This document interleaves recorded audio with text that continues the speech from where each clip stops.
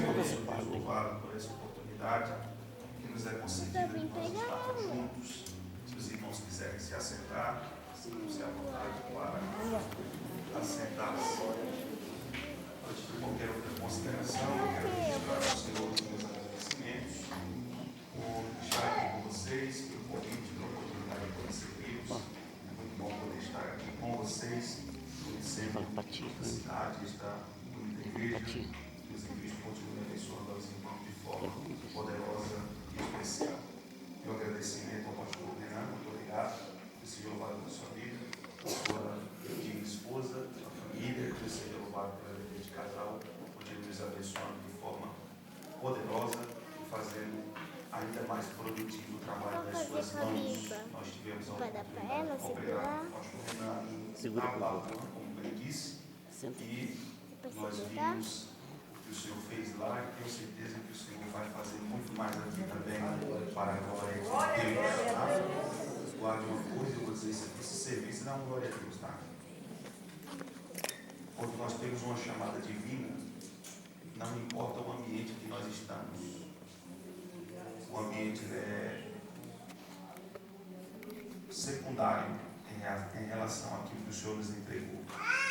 Quando nós colocamos a planta dos nossos pés em um ambiente, independente de qual seja o ambiente, a glória de Deus se manifesta. Em tudo é glorificado. Agora nos diga do céu, do Senhor. Deus abençoe o pastor Marcelo, sua família, pastor Moisés. Deus abençoe. Muito obrigado. Se eu quiser pregar. Legal para pregar, não tem problema. Só Jesus. Mas Deus vai me dar graça. Você pode dizer amém? Os nossos companheiros, a toda a igreja, a esposa já foi devidamente apresentada, os meus filhos. Não, o Telzinho está muito pentecostal, não, ele está bem gripado, mas ele é animado. Daqui a pouco ele diz amém, se eles dão glória a Deus também, que está tudo certo. Quantos querem receber a palavra de Deus? Amém. Quem quer receber a palavra de Deus? Amém. Glória a Deus. Não está frio lá fora, mas eu creio que a frieza ficou lá fora, tá? Glória a Deus. Deus e adora o Senhor que está entre nós. Abra sua Bíblia, por favor, no livro de Gênesis. Glória a Deus. Gênesis capítulo 49.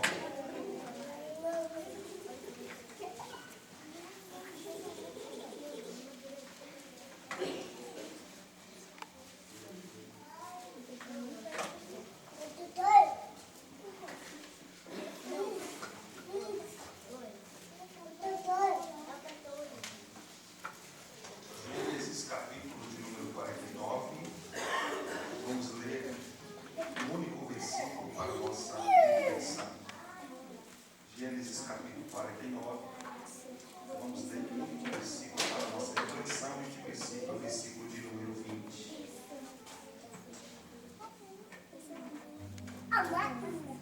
Gênesis capítulo 49, versículo de número 20. Todos já encontraram? Está escrito: de Azer o seu pão será abundante, e dará delícias reais. Repita após me dizer: de Azer o seu pão será abundante, e ele dará delícias reais. Só mais uma vez, diga: de Azer o seu pão será abundante, ele dará delícias reais. Olhe para cá e preste a sua atenção. Preciso da sua atenção esses primeiros minutos para que você compreenda aquilo que nós queremos concluir esta noite. Nós estamos diante de uma referência que certamente não é uma das mais comentadas no contexto do Antigo Testamento, principalmente no que se diz respeito à história do princípio. Se nós formos fazer um apanhado das Escrituras, obviamente nós temos apanhados que neste período parte de um período chamado de período patriarcal. E neste período patriarcal nós iremos mencionar a princípio, 3 personagens que são imprescindíveis para a nossa compreensão desta fase da história dos filhos de Israel. O primeiro personagem é Abraão, o segundo personagem é seu filho Isaac, o terceiro personagem Jacó, que é filho de Isaac. Mas o mais interessante é perceber que o personagem que está interligado a este texto, está essencialmente ligado a este texto, é o patriarca Jacó. Jacó, sem sombra de dúvidas, é um personagem emblemático nas Escrituras. Haja vista que Jacó, ele tem uma biografia por demais conhecida de todos nós, e na maioria das vezes que nós ouvimos alguma coisa com relação a este personagem, por falta de conhecimento, talvez falta de prudência, algumas pessoas associam Jacó a uma imagem extremamente negativa, mas me atemo ao fato de que ainda na sua velhice Jacó fará aquilo que disse o salmista: na velhice darão frutos. Jacó está dando frutos ainda que na sua velhice. Um destes frutos é o fato de observarmos a Bíblia Sagrada e em Gênesis 49 principalmente, Jacó está no seu último dia em vida. E historicamente falando, este dia foi um dia incomum na vida de Jacó, porque todas as experiências que Jacó teve com Deus não estiveram relacionadas primariamente àquilo que nós estamos percebendo neste texto. Por que eu lhe afirmo isso? Porque Jacó está sendo, diz a Bíblia, com as suas vistas escurecidas. Na maioria das vezes que esta expressão, vistas escurecidas, aparecem, isto denota a cegueira literal do indivíduo. Jacó, segundo diz as Escrituras, está cego. Mas neste momento de cegueira, diz a Bíblia Sagrada, que ainda com as suas vistas comprometidas, Jacó vai receber de Deus visões. Deus vai lhe dar visões, e estas visões são visões sobrenaturais. E por que eu digo que estas visões são sobrenaturais? Porque elas não são oriundas da imaginação de Jacó, mas são advindas da parte do Todo-Poderoso. Deus decidiu abrir a visão espiritual de um cego para fazê-lo enxergar as coisas eternas. Obviamente, não é a primeira vez que isso acontece, mas Jacó em especial está recebendo visões de Deus. Pastor, e por que isso é interessante? Percebam, eu lhe dei a informação primária de que ele está cego. E agora um cego está tendo visões de Deus.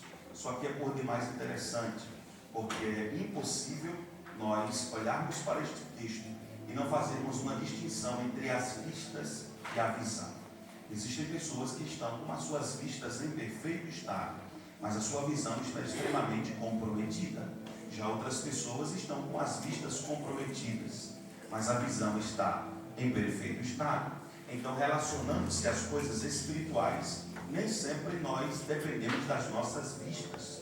Na maioria das vezes, nós dependemos da nossa visão. Pois aquilo que Deus deseja fazer-nos enxergar, na maioria das vezes não é compreensível com a nossa ótica, com a nossa vista, mas com a visão que da eternidade nós recebemos. Então existe uma grande diferença entre as vistas e a visão. Nós poderíamos mencionar alguns textos para contribuir com este pensamento, mas eu menciono 2 em especial para que você compreenda aquilo que estou lhe informando. Existem personagens nas Escrituras que estão com a vista em perfeito estado, mas a visão comprometida. Outros com as vistas comprometidas, mas a visão em perfeito estado. Exemplifico, há um profeta nas Escrituras que recebeu de Deus a informação de que mesmo na sua cegueira, ele lhe faria enxergar coisas espirituais, dentre as quais discernir ambientes, discernir pessoas, discernir identidades, discernir caráter, e Deus lhe deu esta capacidade, esta aptidão.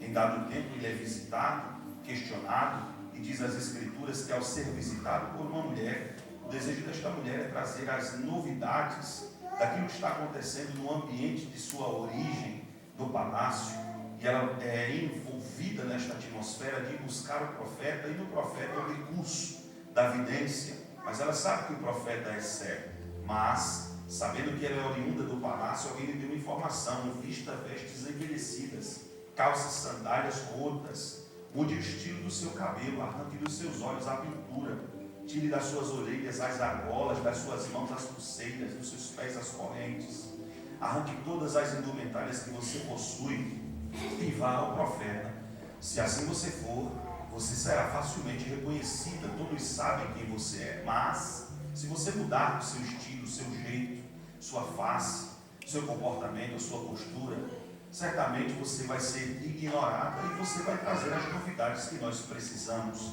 Que ela não sabia que o profeta tem as vistas comprometidas, mas ainda enxerga com os olhos espirituais. E antes da sua chegada, ao, segundo diz a Bíblia, aproximar-se pelo som das suas alparcas, o profeta já sabe quem é e diz: pode se aproximar, mulher de Jeroboão, eu sou vidente. Se você não sabe, a vidência não depende das vistas, ela depende da visão.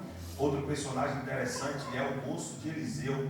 Diz a Bíblia que em Dotã está tendo um problema, ou melhor, que na Assíria está tendo um problema, pois diz as Escrituras que todas as armadilhas, ciladas, emboscadas, preparadas contra os filhos de Israel eram desfeitas. Haja vista que quando o rei, na sua recâmara, planejava e forjava planos contra os filhos de Israel, Deus se revelava ao profeta lá em Dotã. E diz a Bíblia que o profeta endereçava uma palavra à liderança política de Israel e Deus dava livramento aos seus filhos. O rei, segundo diz a Bíblia, ficou preocupado, dizendo que havia alguém que estava entregando todos os seus planos, os seus projetos, mas o que ele não sabia é que ali tinha alguém que tinha conhecimento de causa. E este alguém lhe disse: o problema nunca foi que alguém entregou ao Senhor os seus planos ou os seus projetos, o problema é que lá em Israel tem um profeta, e lá Deus fala com ele, lá ele ouve a voz de Deus, lá Deus revela os seus planos. Tudo aquilo que você planeja aqui em secreto, lá Deus se revela. E lá Deus faz com que tudo seja conhecido e os filhos de Israel escapam. Ele disse: então, já que o problema é o profeta, vamos matar o profeta. Vamos começar uma campanha contra o profeta. Surge uma gama de soldados na porta de Eliseu e diz a Bíblia que quando se acordam pela manhã, o moço abre a janela, vê a casa cercada e grita ao profeta: nós estamos cercados. O mais interessante é que Eliseu se levanta, vai à janela e olha para toda aquela situação e diz para o moço: dobra aqui seu joelho, eu vou orar por você. E diz as Escrituras que a oração de Eliseu é esta: Senhor, abre os olhos do moço para que ele veja. E estes olhos aqui não são os olhos naturais, são os olhos espirituais. Haja visto que o moço tem as vistas em perfeito estado, mas a visão está comprometida. O profeta ora pelo moço e diz: abra os olhos do moço para que ele veja. E diz a Bíblia que os olhos do moço são abertos. E ele vê que mais são os que estão para defendê-los dos inimigos do que os inimigos que estão à sua porta. Mas o mais interessante, eu não sei se os irmãos perceberam, é que Eliseu ora pelo moço e faz esta oração pedindo para que seus olhos sejam abertos. Eliseu não ora pedindo livramento. Eliseu não ora pedindo para que os seus inimigos sejam afugentados. Eliseu não ora para que os seus inimigos voltem por 7 caminhos, já que por um caminho vieram. Ele não faz nenhum tipo de oração neste padrão. A oração que ele faz é: abra os olhos do moço. Detalhe, o moço é moço de Eliseu, e Eliseu não ora contra os inimigos, ele ora pelo moço que está do seu lado. Pastor, por que isso é tão interessante? Porque para Eliseu é menos perigoso estar cercado de inimigos do que ter gente sem visão do seu lado. Vou falar de novo. Para o profeta é menos perigoso estar acompanhado ou cercado de inimigos do que ter gente sem visão do seu lado. Se você não entender, eu vou melhorar até você entender. Deus não vai só arrancar gente sem visão da sua vida, mas vai acrescentar gente com visão espiritual. Você entende isso? Deus fará uma intervenção no seu ciclo de relacionamentos. E isso vai partir do próprio Deus. Deus vai arrancar do nosso caminho pessoas que estão comprometendo a nossa visão espiritual e vai acrescentar na nossa vida gente que está pronta para ter visões de Deus. Só que olhe para cá, eu preciso continuar. Jacó está cego, mas as suas vistas estão, a sua visão está em perfeito estado. O mais interessante é que é o próprio Deus que lhe dá estas visões.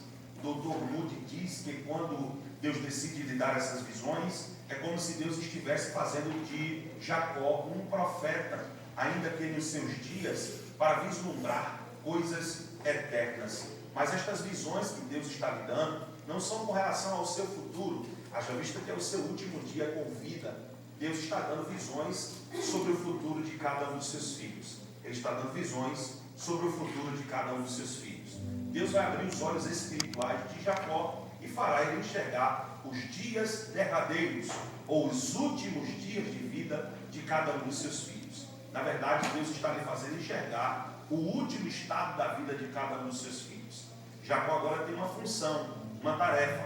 Ele tem que juntar todos os seus filhos e transmitir para cada um dos seus filhos esta visão que da eternidade ele recebe. Ele vai chamar os seus filhos e vai entregar-lhes estas visões que ele está recebendo. E é aqui que a coisa começa a ficar mais interessante. E eu lhe explico por quê. Porque Jacó chama os seus filhos e diz as seguintes palavras: ajuntai-vos, filhos de Jacó, ouçam o vosso pai Israel. Repita comigo: ajuntai-vos, filhos de Jacó, ouçam o vosso pai Israel. A sentença é exatamente essa: ajuntai-vos, filhos de Jacó, ouçam o vosso pai Israel. Só que algumas coisas me prendem a atenção. E o que é que me prende a atenção, pregador? Vou lhe explicar. Ele diz: assentai-vos, filhos de Jacó, ouçam o vosso pai Israel. Mas espera aí, ele fala sobre Jacó e fala sobre Israel. E a pergunta que não quer calar é: Jacó e Israel são a mesma pessoa, sim ou não? Sim ou não, irmão? Sim. Na verdade, não. Porque se o próprio Jacó faz distinção entre Jacó e Israel, é porque Jacó e Israel são duas pessoas completamente distintas. E eu lhe explico por quê. Porque Jacó era um até encontrar-se com Deus. Depois de encontrar-se com Deus, ele se torna Israel. É impossível, guarde o que eu estou dizendo, é impossível se encontrar com Deus e continuar a mesma pessoa. Agora você vai entender o que Paulo disse aos Coríntios: aquele que está em Cristo não tem como ser a mesma criatura, é uma nova criatura. As coisas velhas se passaram e tudo se faz novo. Então agora o próprio Jacó está fazendo distinção entre Jacó e Israel. Mas a grandiosidade do texto está no fato que ele usa as seguintes palavras: sentai-vos, filhos de Jacó, ouçam vosso pai Israel. Se Jacó e Israel são duas pessoas distintas, ele está deixando claro isso quando diz: sentai-vos, filhos de Jacó. Ou seja, eu gerei vocês quando eu ainda era Jacó. Vocês foram gerados quando eu ainda era Jacó. Só que quem vai falar agora não é o Jacó de ontem. Vou falar de novo. Quem vai falar agora não é o Jacó de ontem. Quem vai falar agora é o Israel de hoje. Pastor, isso é tão interessante, porque o que credibiliza Israel não é a visão espiritual. O que credibiliza é o nome que ele possui e a mudança que houve no seu encontro com Deus. Eu vou melhorar isso para que você me entenda. Se assim não fosse, a nossa geração estaria perdida. É muita gente dizendo ter visão, mas sem ter vida transformada. É muita gente querendo falar em nome de Deus, mas sem ter vida transformada. É muita gente querendo ficar de pé para falar, sem nunca ter sido tratado para poder falar. E o texto sagrado está dizendo que Jacó contribui para que seus filhos o credibilizem com relação a essa visão espiritual, porque os filhos sabem o nível da mudança que viveu o pai. Eu vou falar de novo. Os filhos sabem o nível da mudança em que viveu o seu pai. Então, se Jacó fala como Jacó, ninguém sentaria aos seus pés. Mas ele diz: sentai-vos, filhos de Jacó, porque vocês sabem quem eu era, mas vocês sabem quem vai falar agora. E quem vai falar agora não é o Jacó de ontem. Quem vai falar agora é o Israel de hoje. Quem vai falar agora não é o Jacó de ontem. Quem vai falar agora é o Israel de hoje. Eu melhoro. Nós estamos vivendo uma geração que é muita gente com o nome de Israel, mas levando vida de Jacó. Vou falar de novo. Tem muita gente por aí dizendo que mudou, mas só mudou o nome. O caráter continuou o mesmo, a personalidade a mesma, a postura a mesma, a conduta a mesma. E é impossível se encontrar com Deus e ser a mesma pessoa. Já que você é Israel de Deus, produza os frutos de Israel de Deus, para que alguém entenda que tipo de mudança foi feita dentro de você. Jacó faz questão de dizer a mudança que houve dentro dele, pelo fato de que essa mudança não foi apenas externa, ela foi uma mudança interna. Pastor, e quando é que essa mudança acontece? Lá no Val de Jaboque. No Val de Jaboque, Jacó tem o seu contato inicial nesta mudança que acontecerá com o Todo-Poderoso. Ele atravessa a sua família, fica sozinho, porque o tratamento no Val de Jaboque sempre será solitário. Não adianta pedir ajuda aos amigos, pedir ajuda aos universitários, pedir ajuda aos colegas. Tem tratamento que é solitário. Deus deixa ele só, mesmo tendo tudo e tendo tanto. Ele deixa ele só para tratá-lo. E quando ele vai tratá-lo, diz a Bíblia que ele é tratado e o seu nome é mudado. Tu não és mais Jacó, agora tu és Israel. Mas se Jacó sai dali dizendo, Deus mudou meu nome, sem que alguém veja alguma coisa mudar nele, ninguém acreditaria no nível da mudança. Agora Deus vai fazer aquilo que nós não entendemos, mas aceitamos. O quê? Ele toca na carne. Ele toca na carne. Ele toca na carne. O Jacó tem o seu fêmur deslocado da bacia. E o texto diz que Deus quebra essa juntura. Deus desfaz essa juntura. E agora Jacó sai puxando de uma perna, arrastando uma perna, mas sai com o interior restaurado. Não entendeu? Vou melhorar. Jacó entrou no Val de Jaboque, inteiro por fora, mas quebrado por dentro. Vai sair do Val de Jaboque, quebrado por fora, mas inteiro por dentro. Porque a transformação que Deus fez no interior precisava dar algum tipo de sinal fora. E às vezes Deus marca fora para mostrar o que fez por dentro. Deus marca fora para mostrar o que fez por dentro. Não adianta você dizer, já mudei no interior e no exterior não há sinais. Existem sinais sim no exterior, para que alguém diga, ele já não é mais o mesmo, ela já não é mais a mesma, ele já não é mais o mesmo, ela já não é mais a mesma. Eu vou melhorar para você ter coragem de dar glória a Deus nesse culto. Deus trouxe alguém aqui para lhe dizer o que eu vou fazer na sua vida. Eu posso até te mudar por dentro, mas eu vou deixar uma marca por fora. Eu vou tratar você em algumas áreas da sua vida, mas eu vou deixar um sinal fora, que é para que não haja dúvidas da obra que eu fiz na sua vida. Quem diz glória a Deus? Agora, Jacó chega para os seus filhos e vai dizer para os seus filhos as seguintes palavras: olha, a situação é o seguinte, eu tenho uma bênção para liberar sobre vocês. Essa bênção é uma bênção eterna. Foi Deus quem me deu esta bênção. Deus me deu esta visão e eu preciso passá-la para vocês. Ele vai falar sobre todos os seus filhos. Eu poderia falar sobre Rúben, eu poderia falar sobre Simeão, eu poderia falar sobre Levi, eu poderia falar sobre Gade, eu poderia falar sobre Zebulon, eu poderia falar sobre Naftali, eu poderia falar sobre Dan, eu poderia falar sobre o próprio José. Mas quando eu li esse texto, um personagem me chamou a atenção. Esse personagem não é um dos mais conhecidos, mas é um dos mais profundos, uma das mais profundas ações sobrenaturais neste texto. Se você observar a Bíblia Sagrada, você irá perceber que toda a sentença da visão liberada sobre ele é uma frase apenas. Não tem muita coisa. Quando a gente lê o texto, a gente diz, meu Deus, do que é que eu posso extrair alguma coisa disso? É por essa razão que nós precisamos recorrer ao contexto histórico, para nós entendermos aquilo que de fato está sendo dito. Então Jacó vai falar para o seu filho Azer as seguintes palavras: com relação a Azer, ou de Azer, o seu pão será abundante, e ele dará delícias reais. Obviamente está uma visão com relação ao futuro. Está uma visão com relação ao futuro. Só que Azer é muito mais inteligente do que nós imaginamos. Azer não é o tipo da pessoa que está recebendo informações sobre o futuro e compromete o que está reservado para o seu futuro com as decisões presentes. E eu vou melhorar isso para que você me entenda. Tem muita gente que não pode saber nada sobre o seu futuro. Se Deus disser alguma coisa com relação ao seu futuro, o que vai fazer, o que planeja, o que pretende fazer, ela acaba com o seu futuro com as decisões presentes. Azer vai ser diferente. Ele vai investir no seu futuro, mesmo sabendo que este investimento é a longo prazo. Pastor, o que é que ele vai fazer? Ele vai observar a menção que o pai faz sobre o seu futuro e vai trabalhar, contribuir para que esta visão aconteça e seja de forma excelente. Eu melhoro isso para que você me entenda. Lá adiante, na divisão das tribos, na divisão dos territórios, na divisão das heranças, a tribo de Azer vai receber uma herança. E essa herança foi determinada pelo próprio Deus. Ele vai receber uma faixa de terra, preste atenção e dobre a atenção para você entender. Ele vai receber uma faixa de terra, que é uma faixa de terra estreita, e ele vai receber uma porção tão estreita de terra que ela vai se tornar aos olhos de muitas pessoas insignificante. Mas o que está acontecendo aqui é muito mais espiritual do que nós imaginamos.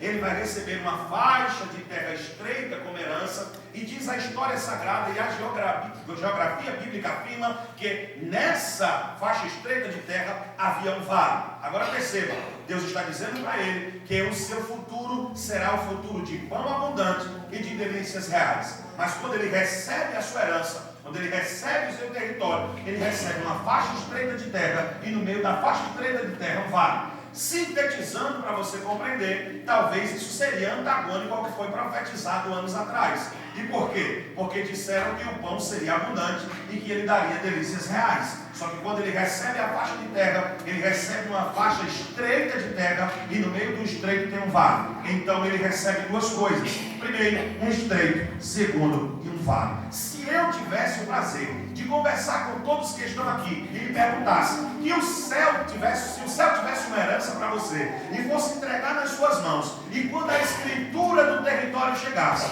você visse que é um estreito e um vale, certamente alguém abriria mão, porque ninguém associa estreito a coisa boa, ninguém associa vale a coisa boa. Então a ideia de alguém é: Deus me feriu, Deus me machucou, mexeu com o meu ego, pensei que tinha algo maior, algo melhor, mas não veio aquilo que eu imaginei. Eu recebi de Deus, foi um estreito e um vale. A palavra era de pão abundante, a palavra era de delícias reais, mas o que é que eu recebi? Um estreito e um vale. Essa seria a visão de qualquer pessoa que não entende a dinâmica do reino. Na dinâmica do reino, Deus esconde grandes coisas em pequenos vales. Deus esconde grandes coisas em estreitos, em situações difíceis. E eu vou melhorar para você entender. Quando recebeu a informação de que o pão seria abundante, que ele daria delícias reais, mas que a porção de terra que ele receberia seria um estreito e um vale, o que Azé fez? Ele não passa a escritura para alguém, ele não dá a terra para outra pessoa, ele não chega para alguém e diz: troca de terreno comigo. Sabe o que ele faz? Ele vai lá na terra, ele vai sondar a terra, ele vai conhecer a terra, ele vai ver que tipo de estreito é, que vale é. E quando ele chega lá, ele tem uma surpresa. Pastor, qual é a surpresa? A geografia bíblica diz que é no estreito, e dentro do vale havia uma porção de terra chamada de Vale das Gorduras. Repita comigo: Vale das Gorduras. Fala mais alto, diga: Vale das Gorduras. Fala mais chique para você nunca mais esquecer, diga: Vale das Gorduras. Quando ele vai no estreito e procura saber qual é o vale, ele encontra um vale chamado de Vale das Gorduras. Pastor, o que é o Vale das Gorduras? É a porção de terra mais produtiva de Israel. Não existe em nenhum território, não existe em nenhuma localidade uma terra tão produtiva quanto o Vale das Gorduras. Ou seja, havia uma bênção da parte de Deus escondida naquele vale. Uma terra produtiva, uma terra que dá fruto, uma terra que gera, uma terra que produz. Mas onde é que ela está? No estreito e no vale. Esse é o nosso problema. A gente despreza, a gente escanteia, a gente rejeita alguns vales que Deus nos faz passar, alguns vales que a gente passa a viver. Só que eu tenho uma informação de Deus para quem veio adorar a Deus aqui: existem coisas, benefícios, bênçãos escondidas nos vales que Deus me faz viver. Vou lhe dar só um exemplo para você dar glória a Deus aqui nesse culto. Isaac, quando foi expulso de Gerar, alguém disse assim: eu quero ver se você produz, eu quero ver se você gera, eu quero ver se você cresce lá no vale de Gerar. Pega tudo que você tem, vai para o vale. Pega tudo que você tem, vai para o vale. Isaac pegou tudo que tinha e desceu para o vale. Sabe o que eu acho mais interessante? É que quando ele chega no vale, o texto sagrado diz que no vale havia um poço. Que no vale havia um poço. E sabe o que o texto diz? Era que o poço era de seu pai Abraão. Se ele é herdeiro legal de Abraão, automaticamente Abraão não está mais vivo, o poço é de Isaac. Só que o que eu acho mais interessante é que quem expulsa Isaac de Gerar, manda ele para o vale de Gerar e diz assim: quero ver crescer no vale. O que eles não sabiam é que a perseguição, o aperto, o arroxo, como a gente dizia lá no Nordeste de onde eu vim, era para empurrar ele para mais perto do vale. E por quê? Lá no vale Deus havia escondido uma herança. E que herança seria essa? Um poço. Que herança seria essa? Um poço, uma fonte de água. Aí você vai começar a ficar preocupado, porque você já leu o texto e diz a Bíblia que o poço estava cheio, entulhado, terra até a tampa. Só que a Bíblia diz que quando Isaac chega lá, ele começa a cavar o poço, e o texto diz: deram águas nascentes. Deram águas nascentes. Alguém olhou e disse: não é possível, mandamos ele para o vale, já cavou, já encontrou água. cava. O texto diz que eles vão lá e entulham, porque o espírito dos dias de Abraão foi o mesmo espírito dos dias de Isaac. Fala, persegue, maltrata, pisa, não fala, ele não suporta. Mas sabe o que o texto diz? Que Isaac não era esses crentezinhos dodói de hoje, esse crentezinho Nutella que não aguenta cara feia, não aguenta perseguição. Se chegar na igreja alguém não cumprimentar, ele pega a Bíblia e vai embora. Se chegar na igreja e o pastor não mencionar o nome dele, ele não ficar na igreja, fecha logo a cara e vai embora. Irmão, esse tipo de crente Nutella não sobreviveria nessa época. O texto diz que Isaac está bom, já me entulharam, vou cavar o segundo, porque o primeiro que cavou foi meu pai, agora quem vai cavar sou eu. E ele cava o segundo poço e diz a Bíblia, deram águas nascentes. Alguém vai lá e não tinha o que fazer, vai lá e entulha. Eu estou resumindo para você entender. Ele cava o terceiro, porque tem crente que não entendeu ainda que perseguição não é para lhe parar, perseguição é para lhe fazer crescer, perseguição é para lhe fazer amadurecer, perseguição é para lhe fazer evoluir. Entulhar o primeiro, ele cava o segundo, entulhar o segundo, ele cava o terceiro, entulhar o terceiro, se entulhasse o terceiro, ele cavava o quarto, se entulhasse o quarto, ele cavava o quinto, se entulhasse o quinto, ele cavava o sexto, porque quanto mais perseguição, mais disposição para